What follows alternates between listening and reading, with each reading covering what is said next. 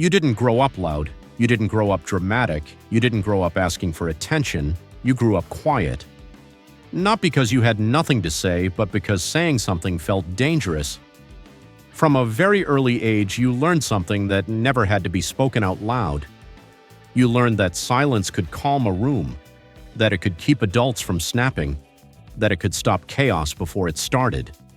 You learned that the less space you took up, the safer you were. So you watched, you listened, you waited. You learned how to read faces before you learned how to explain feelings. You learned tone before language. You learned how to predict emotional weather the way other children learned how to play. And when the atmosphere felt unstable, you disappeared inside yourself. Adults praised you for being easy. Teachers admired how mature you were. Family members relied on you not to add to the noise. No one realized that your quiet wasn't a personality, it was a survival strategy. Here is the paradox that defines your life now. The thing that saved you back then is the very thing that suffocates you today. Silence protected you, but silence also taught you that your voice was a liability. Even now you may feel it. The pause before you speak, the tightening in your chest when attention turns toward you, the instinct to shrink your emotions before anyone else has the chance to react. You don't just think before you speak, you scan for danger.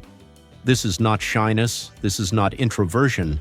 This is a nervous system that learned visibility was unsafe. Psychologically, this pattern forms in environments where expression is punished, not always through yelling or violence, but through emotional unpredictability, neglect, or withdrawal. The child learns a simple equation. Visibility equals risk, silence equals safety.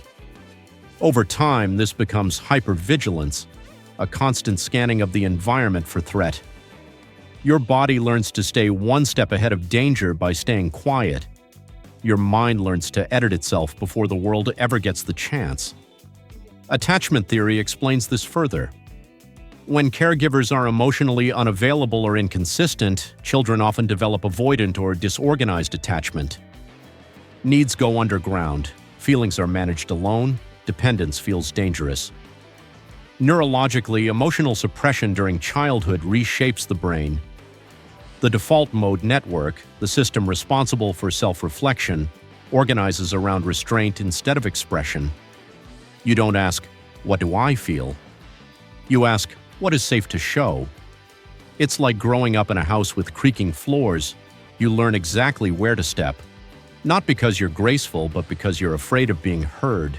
Silence becomes automatic, effortless, invisible, and deeply costly. What you lost was never loud enough for anyone to notice. You lost spontaneity. You lost emotional risk. You lost the belief that your inner world deserved space. This is the invisible grief of the silent child, not the loss of love, but the loss of permission. Permission to be inconvenient. Permission to need. Permission to exist without monitoring yourself. You learned to trade authenticity for belonging, and belonging was never guaranteed anyway. The core fear beneath your silence is not rejection, it's disruption.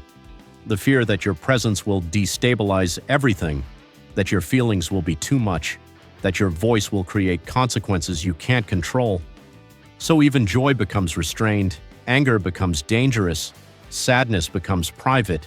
You don't just fear being misunderstood, you fear being felt, and life becomes complex where it should be simple.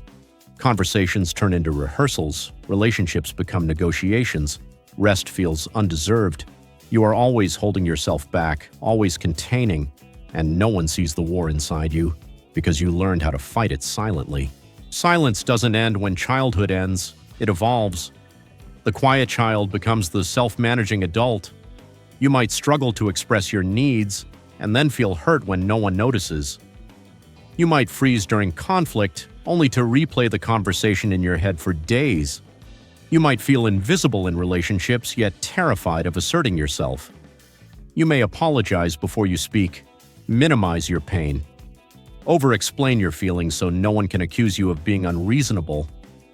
In relationships, you may choose emotionally distant partners, not because you don't want closeness, but because intensity feels unsafe.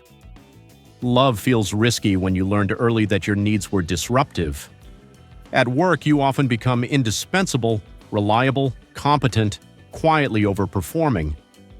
But visibility still feels like exposure. Promotions pass you by, not because you lack ability, but because being seen still triggers your nervous system. Inside, there is often anxiety without a clear source, a body that doesn't trust rest, a mind that stays alert even in safe moments. These are not flaws, they are coping strategies. Silence was never your personality, it was your armor. And healing does not begin by ripping that armor away. Healing begins with witnessing. Witnessing the moment your chest tightens before you speak, witnessing the urge to disappear, witnessing the instinct to stay quiet without shaming it. You don't tell yourself to just be confident. You say, "Of course this is here. It kept me alive." From there, healing becomes relational, first with yourself. Through inner child reparenting, you become the presence that once felt missing. You offer safety instead of pressure, permission instead of force. Shadow work allows you to reclaim what silence buried, anger, desire, need, not as threats, but as proof that you are alive. And slowly, carefully, you practice choosing softness. You speak small truths first. You tolerate the discomfort of being seen. You let your voice shake and speak anyway. Philosopher Søren Kierkegaard wrote, "The most common form of despair is not being who you are. Healing is not becoming louder, it is becoming truer. You were never weak for being silent. You were intelligent, adaptive, aware. But survival is not the same as living. Now you get to choose something different. Not louder, not harder, just whole." If this spoke to you, share it with someone who learned to disappear to stay safe. Subscribe if you're ready to explore the hidden architecture of the self. You were never meant to vanish. You were meant to arrive, and you still can.